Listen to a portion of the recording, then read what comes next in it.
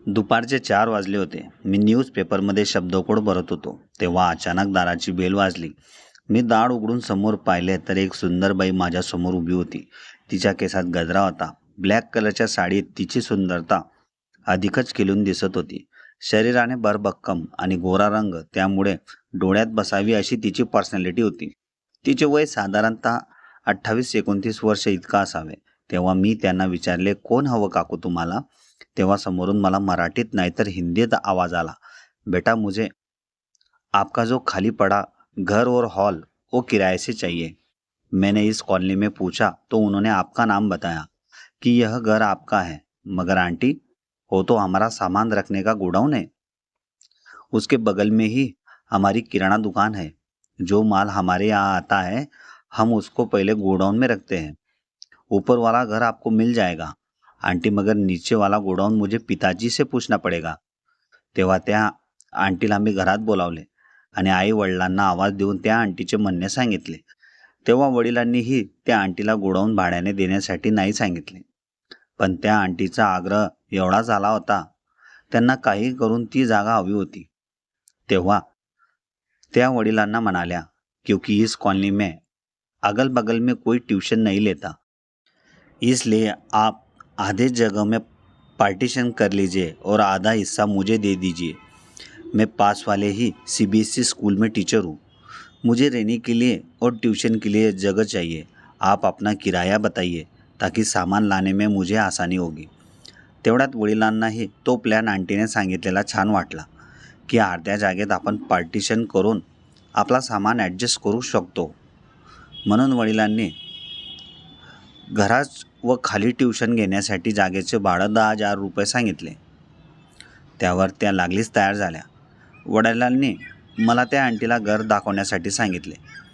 Madam, यह मेरा लड़का अजय, यह आपको घर और गोडाउन की जगह दिखा देगा. वडिलांच्या सांगण्यावरून त्या आंटीला घेऊन आमच्या नवीन बांधलेल्या घरात मी घेऊन गेलो. ते घर वरती 1 BHK होते आणि खाली 700 स्क्वेअर फूटवाला गोडाऊन होता. 200 स्क्वेअर फूटमध्ये आम्ही आमच्या सामान ॲडजस्ट करणार होतो आणि उरलेल्या 500 स्क्वेअर फूटमध्ये त्या मॅडम ट्यूशन घेणार होत्या. त्या आंटीला ते घर फार आवडले होते. घरात कशाचीच कमी नव्हती. त्या ठिकाणी आम्ही बोरवेलसुद्धा केला असल्यामुळे पाणीही 24 तास अवेलेबल होते. त्यावर त्या आंटी म्हणाल्या, बेटा, मैं कल शाम को ही सामान डाल दूंगी, थोड़ा मदद करने के लिए आ जाना. त्यावर मी त्यांना हो म्हणालो. क्यों नहीं आंटी, मैं ज़रूर आऊँगा. ये मेरा मोबाइल नंबर नोट कीजिए और जब आप सामान लेके आएंगे तब मुझे फ़ोन कर देना. दुसऱ्या दिवशी संध्याकाळी त्या आंटीचा फोन माझ्या मोबाईलवरती आला. 10 मिनिटाच्या आत त्या आमच्या नव्या घरी पोचणार होत्या. तेवढ्यात मीही त्याच ठिकाणी येऊन उभा राहिला. दुकानावर वडिलांना बसवून मी सांगून आलो होतो. 15 मिनिटाच्या आत मिनी मेटॅटोर त्या आंटीचा सामान भरून आला आणि घरासमोर उभा राहिला. आंटी, अंकल और आपके साथ और कोई नहीं है? आप अकेली ही आई है? बेटा, तुम्हारे अंकल हैदराबाद में जॉब करते हैं और मुझे यहाँ पे स्कूल में जॉब लगा है, इसलिए मुझे लगने वाले ज़रूरत की चीज़ें ही मैंने रखी है. ठीक है आंटी, ज़्यादा कुछ सामान आपके पास है नहीं, अभी रख देता हूँ. हलक्या हलक्या ज्या वस्तू त्या आंटीने उचलल्या जात होत्या त्या वस्तू ते घरात ठेवत होते. मग कॉलनीतील 2-3 मुलं मी बोलावून सर्व सामान आम्ही 1 तासाच्या आत खाली केला. घरात सामान सर्व सैरावैर पसरला होता. मी आंटीला सामान व्यवस्थित ठेवण्यासाठी मदत करू लागला. कोणता सामान कोणत्या ठिकाणी ठेवायचे आहे त्यासाठी मी आंटीला विचारण्यासाठी मागे वळालो आणि माझं लक्ष अचानक आंटीच्या त्या ठिकाणी गेले. आंटी ही सामान उचलण्यासाठी वारंवार खाली वाकत होती. काही वेळापर्यंत माझं लक्ष तिथून काही हटतच नव्हतं, कारण आयुष्यात मी अजूनपर्यंत असं कोणाचं पाहिलं नव्हतं. म्हणून ती माझ्यासाठी एक नवीन उत्स्फूर्तता होती. थोडा वेळ भान हरपून मी जागेवर आलो. पुढच्या अर्ध्या तासात आम्ही पूर्ण घराचा सामान व्यवस्थित सेट केला. त्यानंतर आंटीला मी एक हंडा पिण्याच्या पाण्याच्या घरातून भरून आणला. हंडा उचलत असताना आंटीचा स्पर्श माझ्या हाताला झाला. तो स्पर्श इतका कवळा व नाजूक होता की माझा हाताला मुंग्या आल्यासारख्या झाल्या.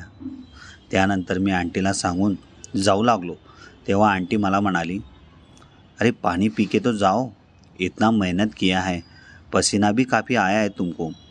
तेवढ्यात आंटीने एक ग्लास पाणी माझ्यासाठी आणले. पानी पील्यानंतर किसी भी चीज़ की ज़रूरत हो आंटी तो मुझे फ़ोन कर देना, मैं नीचे दुकान पे रहता हूँ. आपने बाल्कनी से नीचे आवाज़ भी दिया तो भी मैं आ जाऊँगा. एवढं सांगून मी त्या ठिकाणाहून जाऊ लागलो. तेवढ्यात आंटीने मला आवाज़ दिला, अरे अजय, थैंक्स हेल्प करने के लिए. त्यावर मी आंटीला म्हणालो, अरे आंटी, ये तो मेरा फ़र्ज़ था. आप कब तक सामान ऊपर रखते, मैं और मेरे दोस्त थे इसलिए काम जल्दी हो गया. मी घरी जाऊन तोंड हात धुवून दुकानावर येऊन बसलो. साधारणतः संध्याकाळचे 7:30 वाजले असावे आणि तिच्या घरातून जोराचा ओरडण्याचा आवाज आला. मी फटक्यात दुकानातून जंप करून सरळ आंटीच्या घराच्या दारापाशी येऊन पोचलो. दार उघडाच होता पण घरात कोणी दिसत नव्हते. तेव्हा मी आंटीला आवाज़ दिला, आंटी कहाँ हो आप, क्या हुआ? अरे अजय, मैं बाथरूम में हूँ. अरे गिर गई क्या आप? आपको लगा तो नहीं? अरे मैं गिरी नहीं, यहाँ पे 2 छिपकली बाथरूम में घूम रही है, मुझे काफ़ी डर लग रहा है. त्यावर मी आंटीला म्हणालो, तो आप बाहर निकलो, मैं उनको बाहर भगाता हूँ. अरे मेरे कपड़े बाहर रखे हैं, तुम मुझे टेबल पर जो कपड़े पडे हो वो मुझे दे दो. टेबलवर आंटीचा गाऊन व आतले कपडे पाहून माझ्या मनात एक वेगळीच तरंग निर्माण होऊ लागली. सर्व कपडे एकत्र गोळा करून मी लांब उभा राहून आंटीच्या हातात दिले. वेळ न लावता आंटी कपडे बदलून पटकन बाथरूममधून बाहेर निघाली. मी आज जाऊन पाहिले तर लहान पाली भिंतीवर स्तब्ध चिटकल्या होत्या. मी त्यांना हातांच्या टाळ्याच्या साहाय्याने बाथरूमच्या बाहेर काढले. तेव्हा त्या आंटीला शांतता वाटली. आंघोळ करून आंटीचे केस अगदी मोकळे होते. त्या लुकमध्ये आंटी अतिशय सुंदर व डॅशिंग दिसत होती. माझी कोणतीही गर्लफ्रेंड कॉलनीत नव्हती, पण त्या आंटीकडे पाहिल्यानंतर मला स्वतःवरच पश्चाताप वाटू लागला होता की आपल्यालाही आंटीसारखी गर्लफ्रेंड पाहिजे होती. किती सुंदर दिसते ना आंटी, तिच्याकडे दिवसभर पाहतच राहावे असे वाटायचे. आंटीच्या आवाजात मी भानावर आलो. आंटी मला म्हणाल्या, अजय, इस घर में चूहा तो नहीं है ना? क्योंकि जब मैं सोऊंगी फिर वो मेरे आंख पे कूदेंगे. नहीं आंटी, चूहा तो नहीं होगा, मगर काफ़ी दिन से बंद था ना घर, चूहा आ भी सकता है. त्यावर आंटी म्हणाली, अरे बाप रे, मुझे 2-3 दिन तक तो डर ही लगेगा, क्योंकि अगले मंडे से मैं ट्यूशन चालू कर रही हूँ. एक बार बच्चों की पढ़ाई में मेरा ध्यान लग गया ना तो ये चूहे का मेरे दिमाग में ख्याल ही नहीं आएगा. त्यावर मी आंटीला म्हणालो, डरो मत आप, जब भी किसी चीज़ की ज़रूरत हो मुझे आवाज़ लगा देना, मैं तुरंत आ जाऊँगा. एवढं म्हणून खाली जाऊ लागलो. तेवढ्यात आंटीचा परत मला आवाज़ आला, अरे अजय, मुझे ऊपर से वो चावल वाला डब्बा उतार दोगे? मुझे रात का खाना बनाने के लिए चावल निकालना मैं भूल गई थी. लागलीच साईडला ठेवलेला स्टूल उचलून तो डब्बा काढण्यासाठी मी वर चढलो. डबा फार जड होता आणि स्टूलही प्लॅस्टिकचा होता. जेव्हा डब्बा पकडून मी खाली उतरू लागलो तेव्हा माझ्या शरीराचा तोल अनबॅलन्स झाला आणि डब्यासकट मी आंटीच्या अंगावर येऊन पडलो. सर्वत्र रूमभर तांदूळ पसरले होते आणि मी आंटीच्या अंगावर होतो. आंटीने भीती पोटीने डोळे गच्च लावून ठेवले होते आणि माझ्या शरीराच्या व हातांचा स्पर्श आंटीच्या वेगवेगळ्या भागांना होत होता. त्या स्पर्शामुळे माझ्या अंगातील ऊर्जा जागृत होऊ लागली होती. डोळे बंद केलेल्या रूपात आंटीचा चेहरा अगदी सुंदर व गोजीरवाना दिसत होता. आंटीचे ओठ व माझ्या ओठांमधील अंतर फार जवळच होते. आमच्या दोघांच्या नाकातून निघणारा श्वास एकमेकांना टच होत होता. काही वेळापर्यंत आम्ही तशाच अवस्थेत होतो. मला तर उठावंसंही वाटत नव्हतं. काही वेळाने आंटी भानावर आली आणि माझ्याकडे पाहू लागली.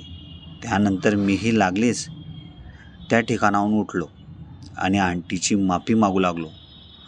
आंटी, मुझे माफ़ कर दो, मेरा शरीर कब अनबैलेंस हुआ मुझे पता ही नहीं लगा. आंटी आपको चोट तो नहीं लगी ना? आंटी आपल्यावर अंगावर पडलेल्या तांदूळाचे दाणे सावरत म्हणू लागली, अजय, मुझे तो चोट नहीं लगी, आप ठीक है ना? मैं भी ठीक हूँ आंटी. आम्ही दोघांनी मिळून घरात पसरलेले तांदूळाचे दाणे गोळा केले. त्यानंतर मी आंटीच्या घरावरून निघून दुकानावर येऊन पोचलो. दुकानात माझ्या डोळ्यासमोर आंटीचे रूप व झालेला प्रकार फिरू लागला. आंटीचे ते कापसासारखे मऊ लागणारे त्याच्याकडे मी जास्त आकर्षित झालो. आंटीचे अजूनही शाळेत जाण्यासाठी 4 दिवस बाकी होते. त्या विचारात आंटीचा परत फोन माझ्या मोबाईलवर आला. मी आंटीला म्हणू लागलो, हाँ बोलो ना आंटी, कुछ काम है क्या? त्यावर त्या म्हणाल्या, अरे अजय, आपके पास पाकिट वाला दूध तो आता होगा? हाँ आंटी, आता है ना. तुम एक पाकिट दूध जब दुकान बंद करोगे तो मुझे देते जाना. ठीक आहे आंटी. एवढं म्हणून त्यांनी फोन कट केला. रात्री 10 वाजेच्या सुमारास मी दुकान बंद करायचो. आता दुकान बंद करण्याची वेळ झाली होती. मी घराकडे दुकान बंद करून निघू लागलो. काही वेळातच माझ्या लक्षात आले की आंटीने एक पाकिट दूध घरी देण्यास सांगितले होते. म्हणून परत मी दुकान उघडून एक पाकिट दूध काढले आणि ते मी वर आंटीच्या घरी देण्यासाठी निघालो. दार उघडाच होता. मला वाटलं आंटी काहीतरी काम करत असावे, म्हणून मी आवाज न देता किचनच्या दिशेने जाऊ लागलो. किचनच्या साईडला एक बेडरूम होता. मी खाली मान टाकून किचनच्या ओट्यावर दुधाचं पाकिट ठेवून परत जाऊ लागलो. तेव्हा माझं लक्ष अचानक बेडरूमच्या दिशेने गेले. आंटी अशा अवस्थेत होती, तिचं वर्णनही मला करता येत नव्हतं. मी हळूवार भिंतीच्या आडोक्यातून आंटीचे सर्व दृश्य पाहू लागलो. ते पाहिल्यानंतर मला असं वाटू लागलं की आंटीला केव्हा मिठीत घ्यावं, केव्हा नाही. आंटीबद्दल माझं आकर्षण अधिकच वाढू लागलं होतं. एवढी सुंदर बाई घरात एकटी कशी राहू शकते, ती पण बिना नवऱ्याची.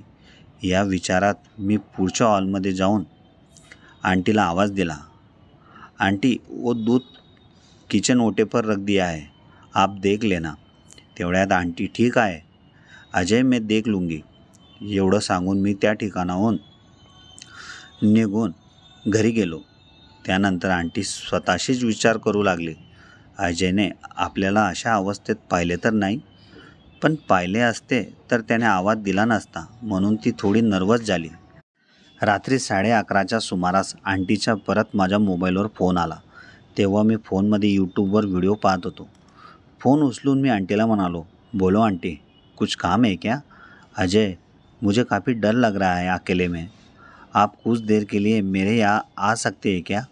मग मी आंटीला म्हणालो, आंटी, माँ को भेज दूँ क्या आपके पास सोने के लिए, ताकि आपको नींद आ जाएगी और डर भी नहीं लगेगा. तेवढ्यात आंटी मला म्हणाली, माँ को मत भेजो, मुझे तुमसे काम है. मी घरात आईला सांगून आंटीच्या घरी जाऊ लागलो. आंटी हॉलमध्ये बसून मोबाईल पाहू लागली होती. तेवढ्यात मी आंटीसमोर येऊन त्यांना विचारू लागलो, क्या आंटी, आप भी डरपोक हो, इधर थोड़ी कोई आएगा, आराम से सो जाते आप. तेव्हा आंटीचे लक्ष मोबाईलकडे होते. आंटी काहीतरी मोबाईलमध्ये पाहत होती. तेव्हा मोबाईलच्या स्क्रीन ऑफ करून तिचं लक्ष माझ्याकडे गेलं आणि ती मला विचारू लागली, अजय, जब तुम दूध रखने किचन में गए थे तो तुमने क्या देखा? कुछ नहीं आंटी, मैं तो दूध रख के वापस चला गया था. आप मुझे नज़र नहीं आई. मुझे लगा आप बाथरूम में होंगे, इसलिए मैं आवाज़ देके चला गया. तुम झूठ बोल रहे हो. आपने मुझे उस हालत में देखा था जो मैं बता नहीं सकती. सच में आंटी, मैंने आपको देखा ही नहीं. आप यकीन करो मेरी बातों पर. तेवढ्यात आंटी आपल्या जागेवरून उठली आणि दाराच्या दिशेने जाऊ लागली. तिने दाराची कडी लावली आणि माझ्यासमोर येऊन ती उभी राहिली. आंटीचं ते शरीर पाहून माझं अंग थरथरायला लागलं होतं. मला भीती वाटत होती की ही आंटी मला काहीतरी वेगळं वाईट बोलेल आणि आपल्या आईवडिलांना जाऊन ती सांगेल मी तिला कोणत्या अवस्थेत पाहिलं होतं. तेव्हा आंटीने माझे दोघे हात पकडले आणि तिच्यासमोर मला उभं केलं. आंटी हळूहळू माझ्या चेहऱ्यावर तिचा हात फिरू लागली. कितने भोले बनते हो अजय तुम. सब जानते हुए भी ना समझ बनने का नाटक मेरे सामने करते हो.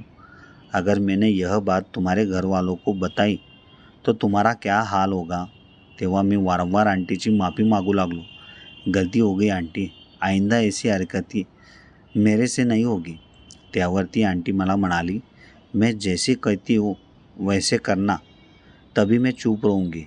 त्यावर मी तिला म्हणालो, ठीक आहे आंटी, क्या करना होगा मुझे, चलो मेरे साथ. तेव्हा आंटीने माझा हात पकडून मला बेडरूममध्ये नेले. माझा चेहरा आंटीने तिच्या दोघा हातात पकडला. हळूहळू आंटीने तिचे ओठ माझ्या ओठांपर्यंत नेले.